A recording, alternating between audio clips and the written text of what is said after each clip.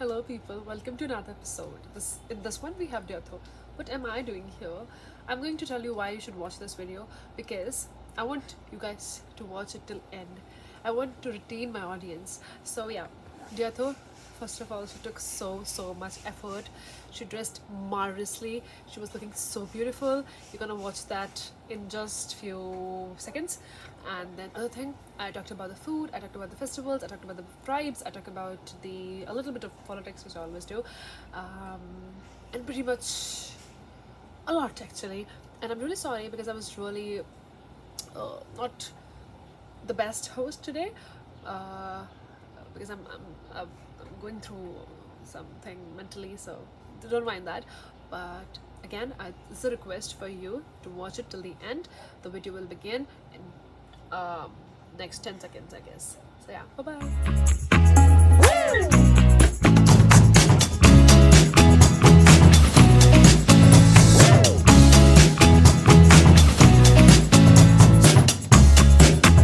Hello, people, welcome to One on One. Today we have someone who's from the Mystic State, a state which very little people know about, and a state which has most liberal people, who has like the most beautiful people. So we have Dietho with us today. Thank you for having me. Yeah, it's my privilege, honestly. Thank you so much for dressing this nicely. Can you tell us a little about your dress?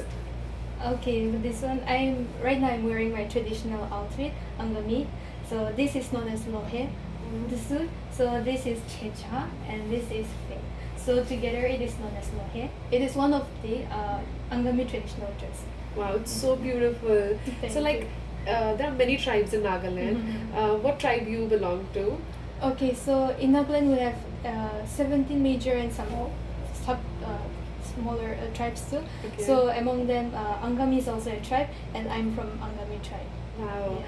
So what's something which makes your tribe stand out? What's something which is different from other tribe? There must be some distinguished features, right? So what is something which is different about your tribe? Okay, let me think. I think first of all will be generosity. So our tribe is known to be very generous with people. Wow. So if you visit my house, so I won't let you leave empty-handed. I have to give you something. I have to let you eat food, and I'm going to give you a tiffin or maybe something to go on. And the second one I really like about our tribe is talking to our elders first. So it is considered very impolite if you let someone younger than you talk to you first. So if I'm walking on the road and I meet someone who is elder than me, then I'll ask the person, "Hello, auntie, where are you going? Did you have food? Did you?" And then so it is it is good manner and considered polite to talk to your elders first and to talk to everyone on the road. It is not whether you're introvert. No, it is not. It's about politeness and good manner.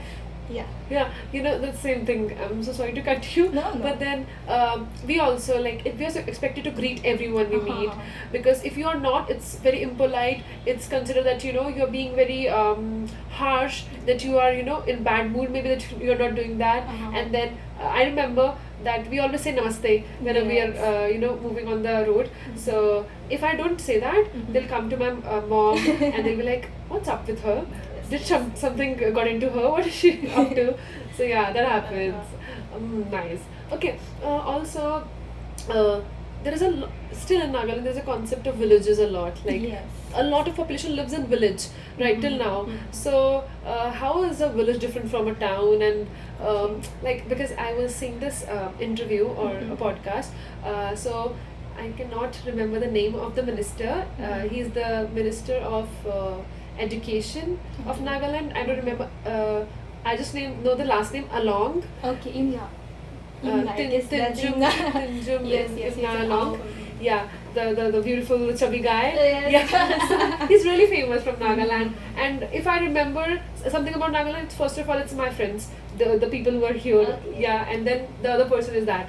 So he was saying that when he used to be a child in 1980s, it's quite old, but then they were like, if somebody was going to Dimapur, it used to be like, "Oh, ye insaan to abroad jaake aa gaya hai." There was a thing like ki if you're going out from your village or you're going to a big district, it was considered a very big thing. Is it the same like that now? Well, actually, right now people have changed. Mhm. So we have our mind have become more broad. We are um, more open to new things, new experiences. So in this way, so right now, even me, I'm in the Philippines right now. So it's not a surprising thing because now, of course, we do live. Even me, I'm from the village actually. Okay. Yes. So, but then, yeah, it's not a new. It's not a new or surprising thing. There will be like, oh, her daughter studies abroad, or her daughter is not here at home. But then it's not a surprising thing because we're striving on greater paths to achievement, to education, and so forth. Yeah. Wow, that's so great. Like even my parents come from a small village, Oh. and then they paved their way to cities and all. Yes. I was essentially from Rajasthan, and then they moved to Delhi for good opportunities, Yes, and then yes, was yes. born there. Uh-uh. So yeah, that is very true. Like Mm. everyone's root are there in the villages, and after that, they move on. So now let's see what I have some questions. Okay, so what are some key traditions or customs that your tribe follow that stand out to you? What are some traditions or any festivals which are just, your tribe specific? Alright, since you asked about my tribe, let me first start with it. Our tribe, particular in during our forefather, there were plenty, but we left it eventually because we became Christians eventually. Okay. But one thing which stands out is Tekrini. So it is celebrated in the month of February. It's also known as Kristani. So this is particularly it's like a purification process Okay. for the men. Oh. But right now we don't follow it. But then we just people just celebrate it. They put on their full attire. They eat food, come together, gather together. Even women too, just to keep our traditions alive, just to remember our forefathers' steps. And one more thing is Hornbill Festival. That one I've heard I about should it. list that. So this Hornbill Festival, shall I talk about it? a Yes, little bit? please, yeah. Okay, so from December 1 to 10, so we have this Hornbill Festival where all the tribes from Nagaland, they'll come together, showcase their culture, food, and then even tourists from all around the world is to come. So if you want, particularly, I see that you're interested, then Yeah. you should also join Hornbill Festival. Yeah, I've heard you that should come to. Hornbill Festival is known as Uh-huh. the Festival of Festivals. Festival. So exactly. yeah, that's all I know, and I know Uh-huh. it happens in December. Oh, So wow, okay. it's so great. The So- dates won't change. It's always from December 1 to 10, so you can't miss it. Wow, a 10-day long 10 festival. days, and it's at Kisama. The place is also fixed. Date is also fixed. It's just your presence is required. Yeah. So cool. Okay, so yeah, like talking about Christianity, Mhm. like Nagaland is a state which is predominantly Christian, Yes, right? yes. And English is your your official language. Uh-huh. I was seeing all those again those interviews. Okay. It was a ground report that Uh-huh. there were elections in Nagaland a few months ago. So it was about that, and they were talking to people. So there was an on-ground report about I don't remember the name, Vokama something. There was a district starting from W. So there were a lot of Woka, okay. Voka, yeah, I Alright. guess. So they were meeting people, they were Uh-huh. talking to them, and oh my god, the English was so fluent. Okay. The accent was so good. Oh, that's I mean, this is so nice. Mhm. You have BJP party there, and one more NDPP, I guess. There's another NDPP, okay. Yeah. So there's a one different thing which happens, which is that they will arrange all the chairs Mhm. and all everything there. Mhm. There'll be a stage. Mhm. Whoever is fighting for the election, they'll be there, Mhm. and there are no rallies like in mostly part of India. They spend a lot of money on the rallies. They'll be like doing all the rallies. So many cars are going on and other things are going on, but in Nagaland especially, there's a very good approach for like both the candidates who are standing up for a post. They'll come up and Uh-huh. they'll talk and then have a debate kind of a thing, Oh. and the villagers are there and they will witness it, and it's just something which is very progressive. Okay. Yeah, progressive from what Indian democracy is facing. Mhm. So I really wanted to point that out. So Okay, have you ever voted actually? No, actually, I did not. When I got my voters, I could not because I had to study abroad. I have to start my study. I think yeah. I was gonna give NEET, Uh, something like that. So I had never had the opportunity to go and give vote. So I was personally, physically not there. Uh-huh. I don't have quite an idea, but yeah, just how I heard about it. Yes, it's good only, but in this area, I'm really not inclined to do it No, because I never physically had any experience about it yet. Right. Yes. Even I've never voted. I don't me even have a too. voter's ID card. Oh So. really? Yeah. Okay, I do have, but I don't know where is it. I mean, of course I do have, but I did not vote. Remember Yeah. where it is. Right. Yeah. And also the population is very less in Nagaland. It's quite less because it's small. Yeah, because India it's so populated, but Nagamese people they're not very much. It's not like their population is too much. And talking about Christianity, so how come you like your family are they following Christianity since forever, or was it introduced to you when you were young or something? Okay. Oh, for this one, Christianity. Oh, we know that Nagaland is 90% Christian. Yes. So goes back to history where when the British colonizers came, so the American missionaries came along with that. Okay. So these American missionaries, and then I'm an Angami, and the second person from Nagaland to convert to Christianity was an Angami. So I'm a Christian because my parents are Christian, my grandparents are Christian. Right. Yeah. So it started from my grandparents' time actually. Okay. Yeah. So that is how I am. But just because my parents were Christian doesn't mean I'm Christian, but I believe too, and I found it. So So you're practicing. I'm your religion. practicing it. Lovely. How do you like Philippines? Like with respect to Christianity, because like you go to church, Yes. and so how do you like it? But just with respect to Christianity, how is Christian. it? Okay, with respect to Christianity, yep, it's here. I found that mostly are Catholic, but I am a Baptist. Okay. So in the Philippines, I found a very good church, Heritage Baptist Church, and I go to church every Sunday. I get acquainted with them. It's a good thing to have a community whom you share your own belief. Yeah. So yeah. And then one good thing about this church is that they are deeply rooted in the Bible, which is something which I really appreciate. Wow. Yeah. Can you please tell me what is Baptist and what are Catholics, what are Protestants, and what is the difference between all these? Alright. So Catholic, I'm not really good historian, but It's okay, no problem. I think so. Yeah. Catholic was the first thing, but there were certain norms and regulations which we didn't like. I mean, this history. Yeah. Right. So Martin Luther. So Yeah. so we opposed Protestant. So Okay. Protestant came out. Oh. So under Protestant also we have different Baptist, and then we have Revival too. Ooh. So it's like kind of different, but since the American Baptist missionary were the one who came to Nagaland, Yeah. so mostly in Nagaland, of course the other denominations are also on the rise, but mostly are Baptist. Yeah. Oh wow. Uh-huh. So Baptist is a subdivision of Protestant. Protestant, yeah. It's kind of a subdivision thing. Yeah. Cool. A new thing. I got to know. Okay, Yeah, that's nice. good. All right. This is something which I have seen a lot. If somebody is from Northeast, they'll call them Chinese. Okay. They call them with different names, which are sometimes even I, as a spectator, doesn't like. So how do you feel about that? Okay. So. Okay, for this, there are two approaches. First one, of course, suppose I don't even know the person, but first impression, okay, it look like Chinese. That's with a genuine curiosity, sort of. For that, we take it in a positive way. Right? Okay, so we take that as an opportunity to tell that India is a diverse country. It's beautiful. There are different people.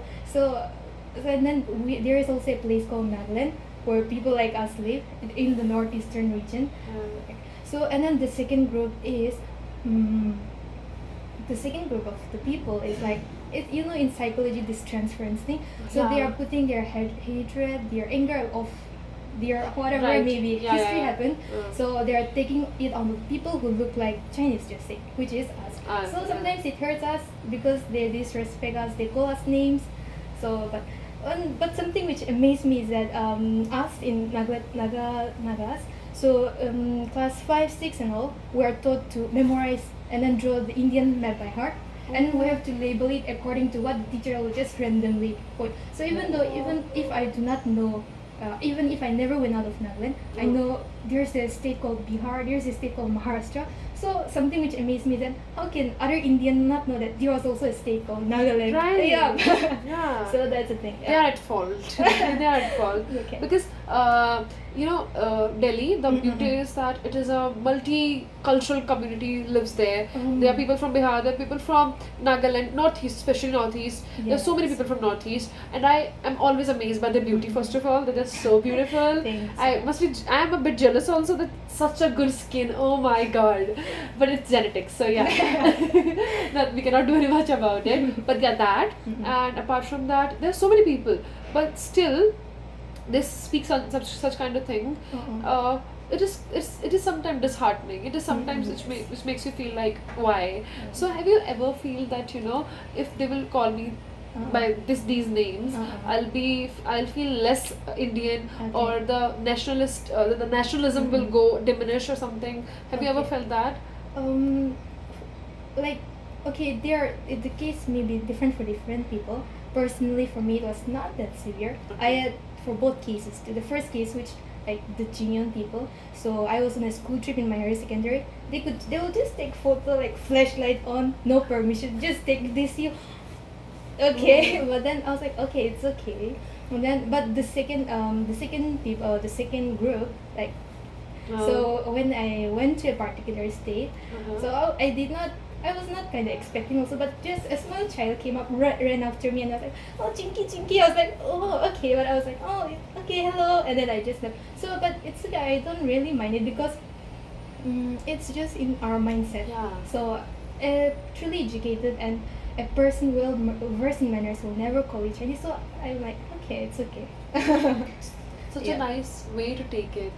I don't think so people can take it that way. If even if like we have a lot of racism also in India, right? Because there are people of different color. So I don't think they take it that well the way you just told us. So I guess this can be a takeaway for people who are watching that. First of all, just don't be so rude to someone.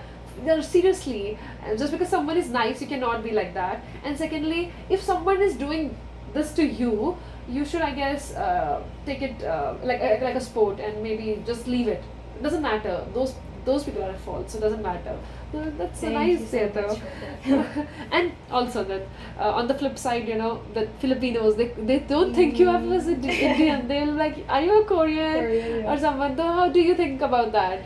Okay, this Filipino, they're the first group of people. Oh. So not only Korean, they made are you Mongolian? Are you Chinese? And personally, I get, are you Japanese? So, but even so, also since they're saying that with a genuine and with a good curiosity, so we tell them because here in Philippines they are like mostly they know about South Indian, Yeah, North Indian, but yeah. they're so we tell them okay, India is a big country. We Very also have big. Northeast. So there you'll find the Seven Sisters, where you'll find people like us. Because India is a beautiful country with different cultures.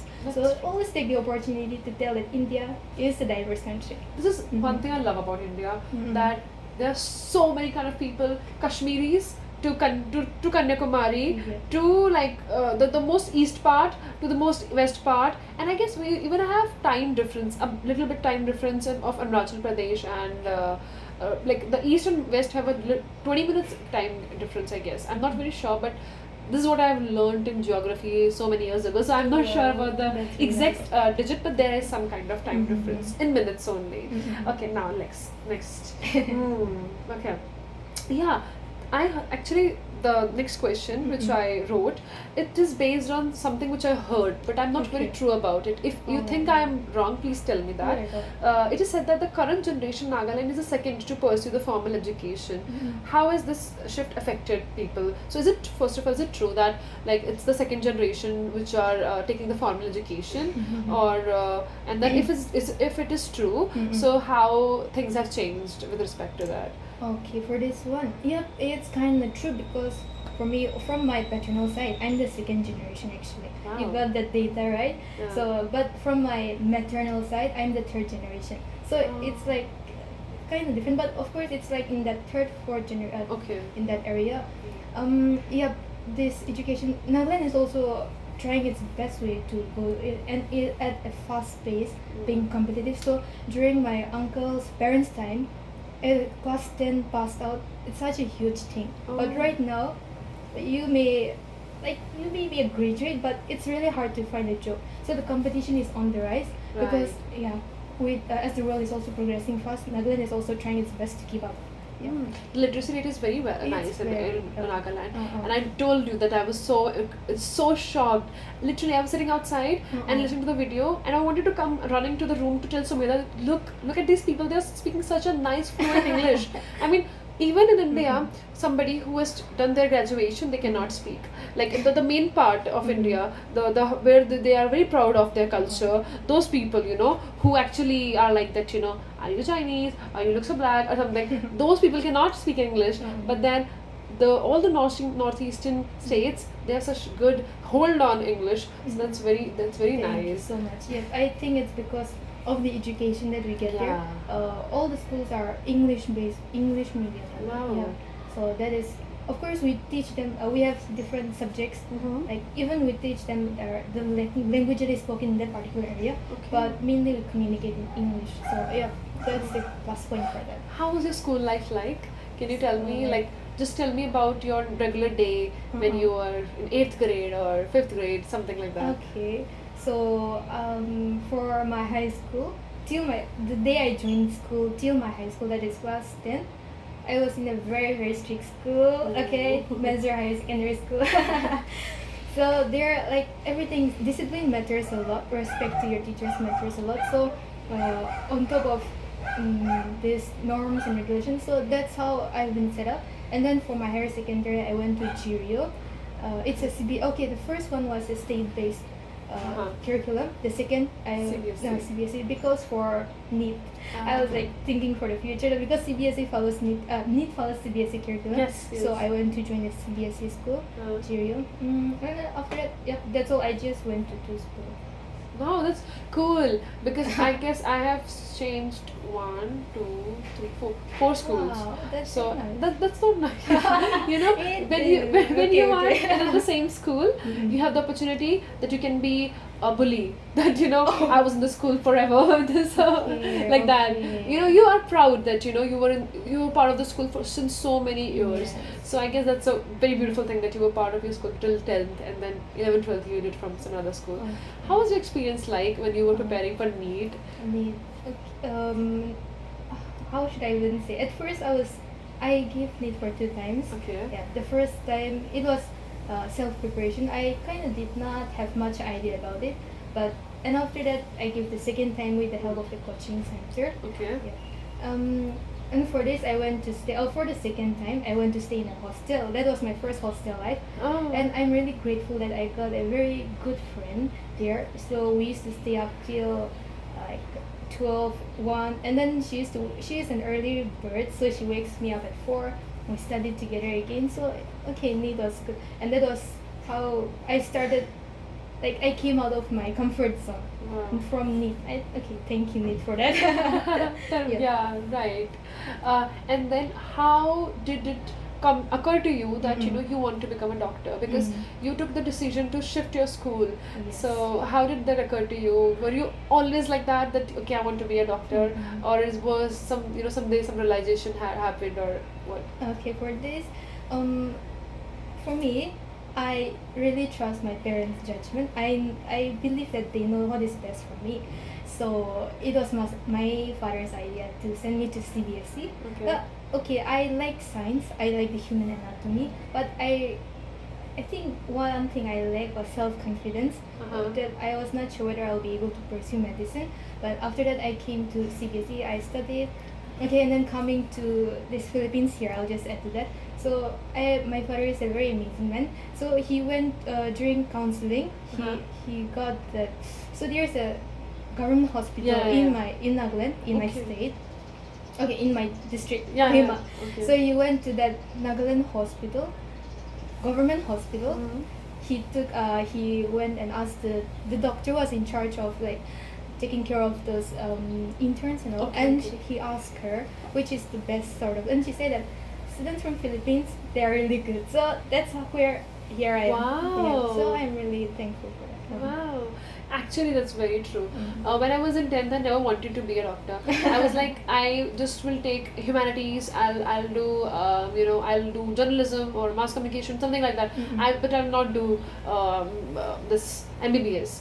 But then my parents were very strict about it, that no, you have to be a doctor. That's all. That's the only option you have. And I used to regret it a lot. But then, honestly, after coming to Philippines, I'm like, thank God I did this. Yes. Thank God I didn't fight, I didn't rebel, Yeah. because I'm really happy that I'm doing this, because I get to talk to so many different people, so wonderful people. Honestly, that's one thing which I really love about our college, that people like you, I don't think so I would have met you if I was in India, right? So that's a good side of it. Wow, well.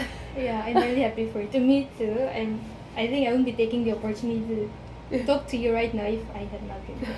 Yeah, but like about your father, you said that. So, what does your father do? What is the what are the occupations people generally do in Nagaland? Okay. So, can you talk about that? Okay, so for your first question, my father is a veterinarian. He's a Wow. vet. Okay, and then coming to the occupation of Nagaland, previously, agriculture is the main source of income Okay. for the people of Nagaland, like paddy field, terrace, drum. But now with modernization, let's call it, so people like, okay, they are government employees too, businessmen, entrepreneurs are also on the rise, and then people are using this internet, their source of platform to Yes. uplift your standard of Yeah. living. Yeah, that's Oh. how it is. Yeah, same.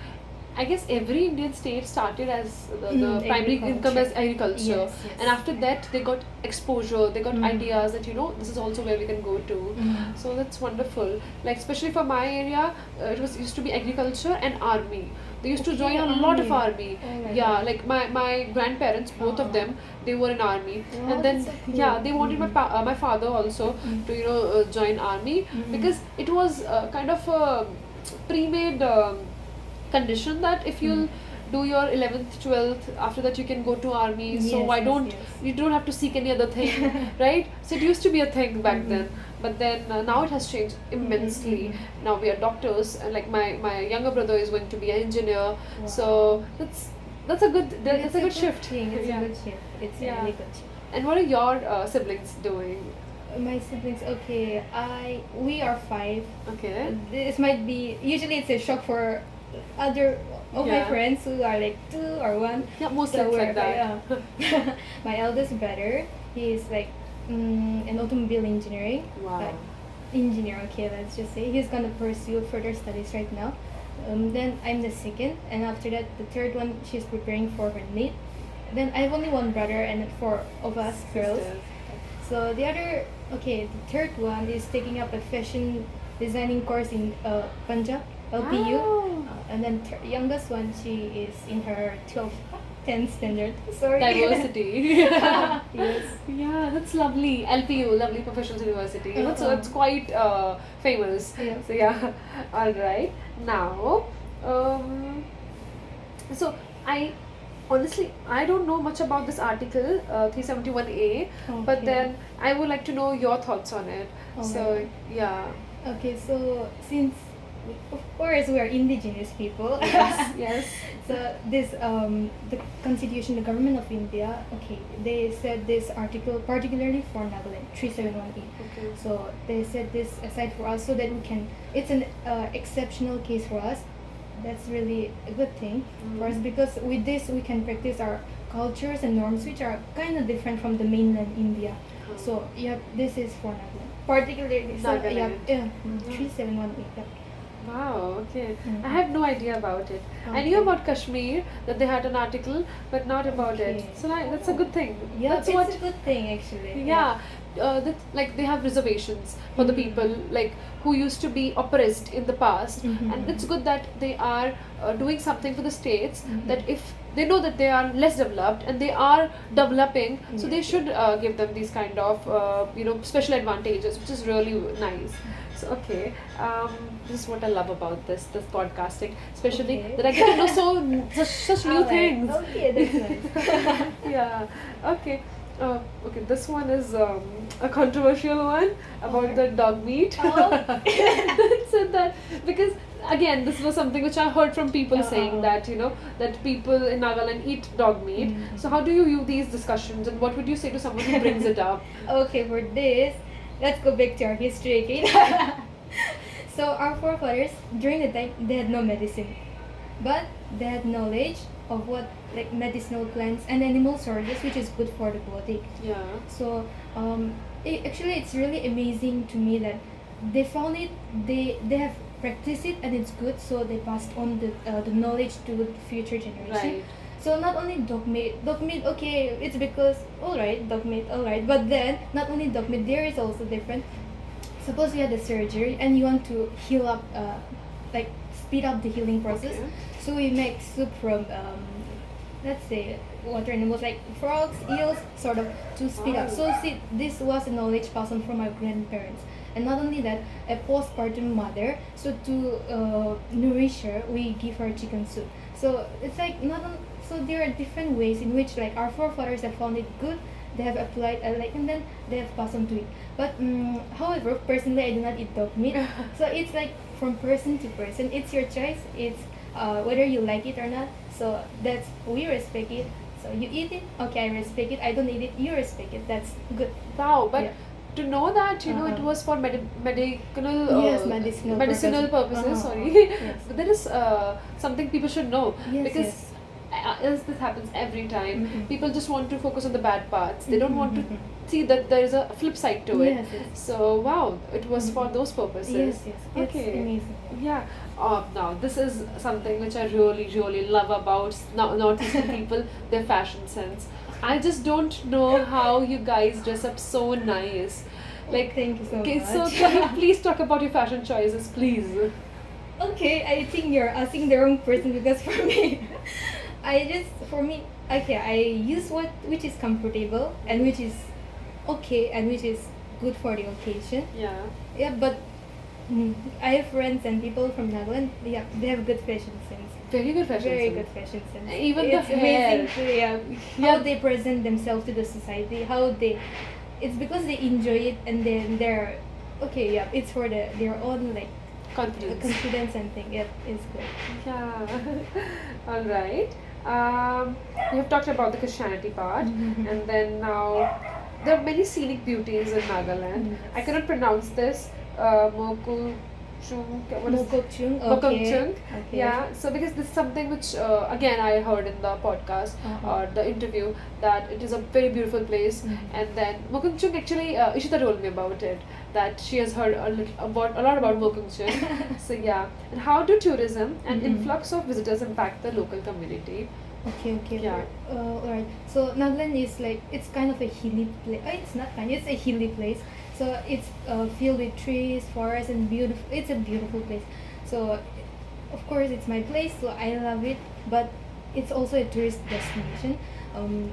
This tourist industry is blooming in Nagaland right now. Uh-huh. So like because of our how should I put it in, like the stories of our forefathers, Yeah. the places, the stories which took place, like if something happened here and this is the thing which is leveled with maybe a stone, a waterfall, or something Folklores, like the- folklores. Yes, yeah. exactly. So that is how tourists are coming, because right now people are like the thing to preserve our culture, the thing to uplift our culture is on the rise. Yeah. So that is what is affecting, and it's a boost for local people also, because we also learn, we know the value, we are appreciating, we respect it, and then we're showcasing to the world. The right now. world, Yes. yeah. So yeah, so the locals, they're generally welcoming to the people. Yes, it is very welcoming. You visit some place, they'll Huh. just call you to have a tea with them. Wow, that's so. Yes. Mm. This is also something I saw in the interview, that Okay. he was having a conversation with a Uh-huh. normal person Mhm. who was trying to fix his house bulb, and then that person goes and he's like, he's talking to him, Uh-huh. right? Uh-huh. And then he's like, chai pina hai? Okay, He said it in yes, Hindi. exactly, That, you know, yeah. that do you want to drink tea? Uh-huh. And he said, no, I just want to have a conversation with you. Alright. So it's so Yeah. welcoming, Uh-uh. so fascinated that there are so many people who are coming to their city and their state, and they're enjoying it, because this is also one of my bucket list, that I want to visit. Yes, you should. Meghalaya, Nagaland, Arunachal Pradesh, all those beautiful states, I want to visit them. And I guess the government, to preserve to preserve the nature, they have made this a rule that if you are going to any northeastern state, you have to carry your own garbage cans. Like you have to dispose everything, and you have to bring back the garbage you are gonna do, because it's a good thing, because Oh. that's what they do. I knew that today, but that's a really good thing. Yeah. And it reminds me of the way creative ways people, like Naga people, they made dustbins using bamboo just Wow. everywhere so that people can throw, the tourists can throw things here. Yep, the sanitation and hygiene is also Important, important. because like you know about Mount Everest, right? Mhm. People really want to climb it. So when there are many base camps, so when they will go, because there is no proper way to dispose the waste, they'll just put it there, and there's tons and tons of waste there. So I don't want, and the government don't want that the same to happen to our Yes. states which were so preserved. And but because just now people want to enjoy the view, they cannot jeopardize the nature. They should not be violating the laws and all. So that's wonderful. I Yeah, love that that's good. government is taking care of those states. Yeah. Do you feel the same, that that you are being seen, or do you feel that sometimes the government neglect you, or what do you have on that? Okay, so I think the government and even the people, they're trying their best to make like Nagaland a better place. Yeah. So on both sides, they're trying their best. That is a really good thing, Yeah. because helping ourselves, and then it's like uplifting ourselves on this. So it's good. It's good. Lovely. Are there any crafts, or are there any specific things which the locals are doing, which you want to talk about? Okay. Like something which is promoting Nagaland and Oh, some right. sorts, like the way you told the bamboo dustbins they are Yes, making, so bamboo something like that. Okay, I'm using it right now. This handicraft, it's hand woven.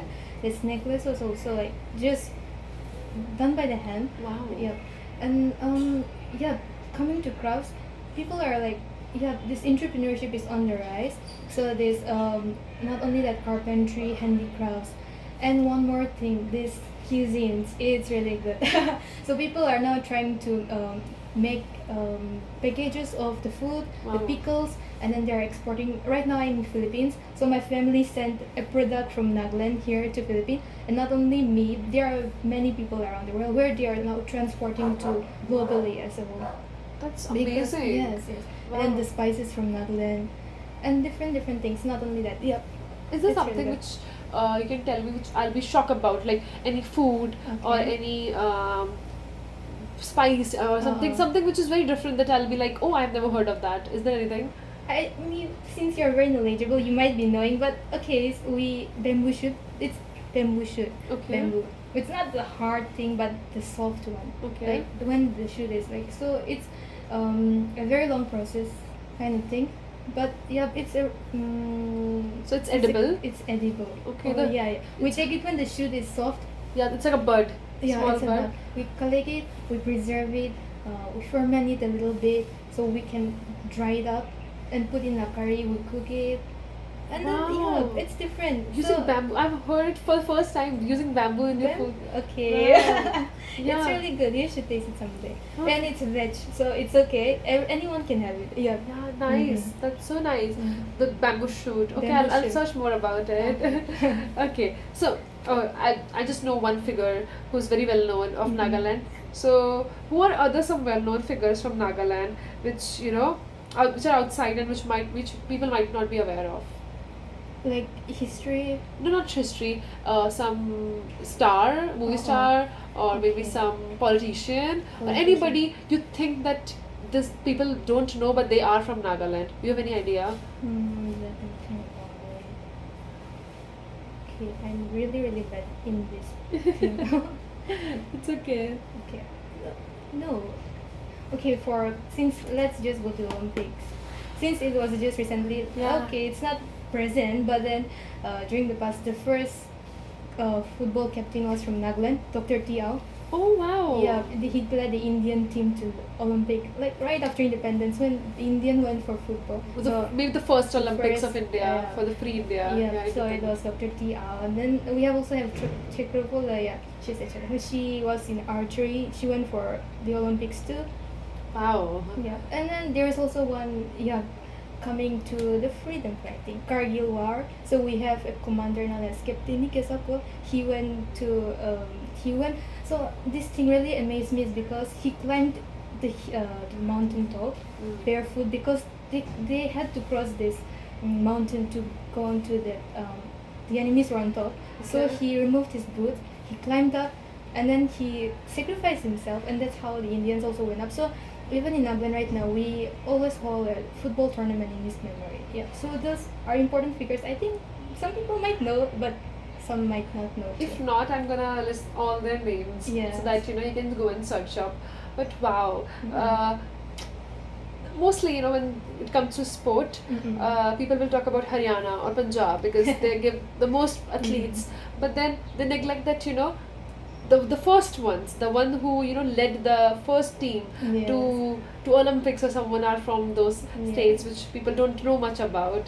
So you know what? One more thing, that Nagaland doesn't have their written scripts. They don't have that. The only thing which they have is that they speak to one another, and that's how it is remembered.